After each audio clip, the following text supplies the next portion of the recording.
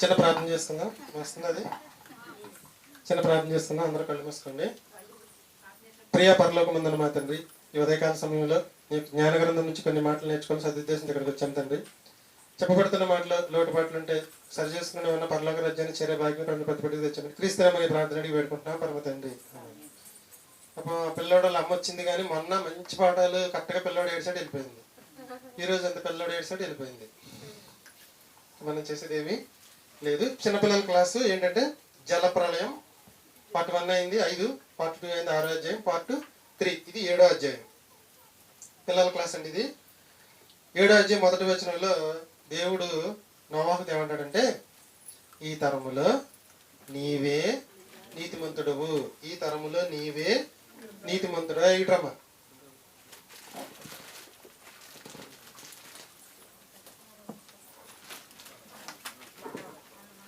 ఈ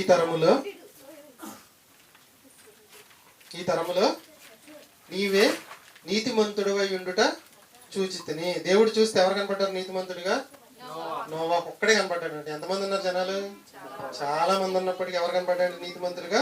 నోవాహు ఒక్కడే కనపడ్డాడు. కాబట్టి నోవాహుని బట్టి ఏం చేశాడంటే దేవుడు, నోవాహు లావుడిని అతని ముగ్గురు కుమారులు షేము, హాము, యాఫేతు. షేము, హాము, యాఫేతు వీళ్ళ ముగ్గురుకున్న భార్యలు కలిపి ఏం చేశాడు? ఓడలోకి ఎక్కమన్నాడు. నోవాహు గారు ఓడలోకి ఎక్కే సమయానికి నోవాహు వయసు అంటే 600 సంవత్సరాలు. మీరు 5వ అధ్యాయం నేర్చుకున్నారు. 969 మెతుషలాన్ని. నోవాహు గారు మొత్తం 8 సంవత్సరాలు బతికాడు కూడా ఆ రోజు చెప్పాను మీకు. 600 సంవత్సరాలు అంటే 600వ ఏట ఓడలోనికి ఎక్కాడు. ఓడలోనికి ఎక్కడం వల్ల ఏమయ్యాడంటే దేవుడు కురిపించిన జలప్రలయంలో అతని కుటుంబం తప్ప మిగిలినందరూ చనిపోయారు. ఈరోజు భూమి మీద ఉన్న ప్రస్తుతానికి ఉన్న వాడేంటి? ఆ రోజు ఉన్న వాడేంటంటే ఆయన కట్టుకున్న వాడ. ప్రస్తుతానికి ఉన్న వాడేంటంటే మనం అందరం కూర్చున్న సంఘం. ఈ వాడలోనికి ఎవరైతే ప్రవేశిస్తారో వాళ్ళు రక్షింపబడతారు. ఆ రోజున వాళ్ళు 8 మంది ఎలా రక్షింపబడ్డారు? నీటి ద్వారా. ఈరోజు మనం క్రీస్తు ద్వారా రక్షింపబడుతున్నాం. సంఘానికి సాదృశ్యమే వాడ. మరి ఆనాడు దేవుడు జలప్రలయం ద్వారా వాళ్ళు నాశనం చేస్తే, మరి ఇప్పుడున్న సమాజాన్ని ఎలా నాశనం చేస్తారంటే క్రీస్తు 2వ రాకడలో అగ్ని చేత కాల్చిపారేస్తారు. అంతే. త్వరలో రాబోయేది నీరు కాదు, ఏంటంటే అగ్ని గంధకాలతో మొత్తం కాలిపోవడం అనేది జరుగుతుంది. 17వ అధ్యాయం 13, 14 వచనాల్లో ఉంటుంది. వాడలోనికి ఆదాము గారితో పాటుగా నోవాహు గారితో పాటుగా పక్షులు, మృగములు, పశువులు, పురుగులు, పక్షులు, పెట్టలు, అన్ని రకాల జంతువులన్నీ కూడా వాడలోకి ఎక్కినాయి అంట. ఉదాహరణకి ట్రైన్ అనుకోండి. 2024 డిసెంబర్ 24వ తారీఖుని చెప్పాను ఈ పాట. మీకు వచ్చిన వాళ్ళకి ఈజీగా అర్థమైపోద్ది. ఒక ట్రైన్లో నోవాహు, అలా ఆవిడ, ముగ్గురు కొడుకులు, ముగ్గురు కూతురు, మొత్తం 8 మంది ఉన్నారు. ట్రైన్ మొత్తం మిగిలిన జంతువులు, పక్షులు, పురుగులే. అది ట్రైన్ జరిగి ఎన్ని రోజులు అంటే జనవరి 1న ఎక్కారు, మళ్ళీ డిసెంబర్ 37కి దిగారు. ఎన్ని రోజులు ప్రయాణం? అది సంవత్సరం కాలం. కష్టం కదా. పక్కన మనుషులుంటే మాట్లాడుకుంటే ఈ 8 మంది కాక ఇంకెవరున్నారంటే జంతువులు, పక్షులు, ఇవి మాత్రమే ఉన్నాయి. మరి నోవాహు గారు వీటిలన్నిటికీ ఆహారం పెట్టుకోమన్నాడు దేవుడు. మరి నోవాహు గారు పులి కోసం ఎన్ని కేజీల మాంసం పెట్టుంటాడు సంవత్సరం కాలానికి? గుర్తుంచుకోండి. నోవాహు గారు ఆ రోజు చెప్పాను మీకు వివరంగా పాఠం. నోవాహు గారు వాడలోనికి 24వ తారీఖు చెప్పానండి. విన్నాళ్ళంటే 45 నిమిషాల పాఠం. వాడలోనికి నోవాహు గారు ఎక్కినప్పుడు నోవాహుతో పాటుగా జంతువులన్నింటికి కూడా ఆహారం సిద్ధం చేసుకున్నాడు. సింహానికి కానీ కాకికి కానీ అన్నిటికీ ఒకటే ఆహారం. ఏంటది? గడ్డి. కురిగడ్డి కానీ పచ్చగడ్డి, గడ్డి పెట్టుకున్నాడు అంతే. దీనికి ఆధారం ఏంటంటే ఆదికాండం 1వ అధ్యాయం 28, 29 వచనాల్లో నీకేమో ఫలములు, విత్తనములు గల చెట్లు, వాటికేమో ఆకులు ఆహారంగా నేను ఇస్తున్నాను అన్నాడు. మరి ఇప్పుడున్న కాలంలో పులి మాంసం తింటుంది, కాకి మాంసం తింటుంది. అంటే మీరు ఈ నోవాహు జలప్రలయం అయిపోయిన తర్వాత నుంచి మాంసం తింటాం మొదలుపెట్టినాయి. అప్పటి వరకు మనిషి కూడా మాంసం తినలేదు. మీకు ఆదాము గారు సుమారు 930 సంవత్సరాలు బతికాడు. మరి అవ్వ ఇప్పుడు కూడా నాన్ వెజ్ వండింది అని మీరంటే నాకు బైబిల్లో ఆధారం చూపించాలి. వండలేదంటే నేను బైబిల్లో ఆధారం చూపించాను. అందుకని వాళ్ళు అంత సంవత్సరాలు బతికారంటారా? అదేం కాదు. దేవుడు ఆయుష్ ఇచ్చాడు కాబట్టి అన్ని సంవత్సరాలు ఉండడం అనేది జరిగింది. దీనికి ఆధారం ఆదికాండం 1వ అధ్యాయం 29, 30 వచనాల్లో ఉంటుంది. జలప్రలయం తర్వాత నాన్ వెజ్ తినడం జంతువులు కానీ మనుషులు కానీ మొదలు పెట్టారు. కాబట్టి ఓడలోనికి ఎక్కిన తర్వాత ఈ 8 మంది దెబ్బలాడుకున్నారంటారా? ఏ 8 మంది? నోవాహు, లావుడి, ముగ్గురు కొడుకులు, ముగ్గురు కోడలు అని దెబ్బలాడుకున్నారా? దెబ్బలాడుకున్నారు అనుకుందాం. ఏం జరిగింది? ఓడలోంచి బయటకు వచ్చే ఛాన్స్ లేదు కదా, అక్కడే జుట్లు బీక్కుని చచ్చిపోవాలంతే. దెబ్బలాడుకున్నారంటారా? గుర్తుంచుకోండి, బయట పరిస్థితి అర్థమవుతుంది, ఓడలో ఉన్నారని అర్థమవుతుంది. జంతువులన్నీ కూడా చాలా ఉన్నాయి కదా. ఇప్పుడు మేక పులిని కానీ పులిని మేకను కానీ టచ్ చేసే పరిస్థితి లేదు. ఎందుకంటే టచ్ చేయదు? దానికి ఆహారం అది కాదు కదా. అందుకే దేవుడు అప్పటి వరకు ఆపాడేమో నేను అనుకున్నా.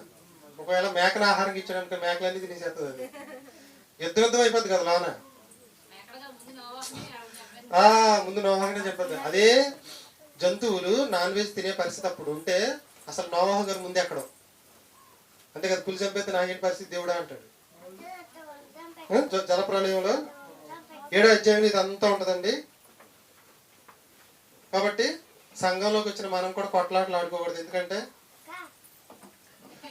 సంఘంలోకి ఇది ఓడలోకి వచ్చిన తర్వాత ఏంటంటే జాగ్రత్తగా ప్రయాణం చేయటమే కానీ కొట్లాట్లు దెబ్బలాట్లు ఏమీ కూడా ఉండకూడదు. ఉంటే ఎవరికి నష్టం లేదు.